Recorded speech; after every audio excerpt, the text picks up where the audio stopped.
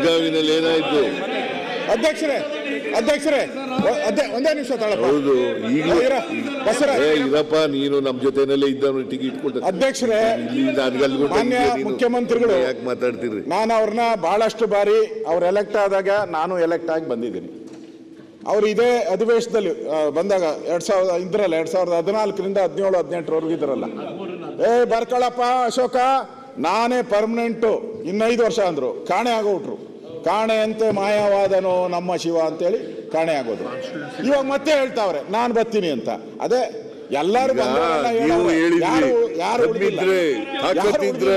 ಅದಕ್ಕೆ ನಾನು ಹೇಳೋದು ಅಂದ್ರೆ ಒಂದೇ ನಿಮಿಷ ಮುಖ್ಯಮಂತ್ರಿಗಳು ನಿಮ್ಮ ಏನಾಯ್ತು ಒಂದೇ ನಿಮಿಷ ತಾಳಪ್ಪ.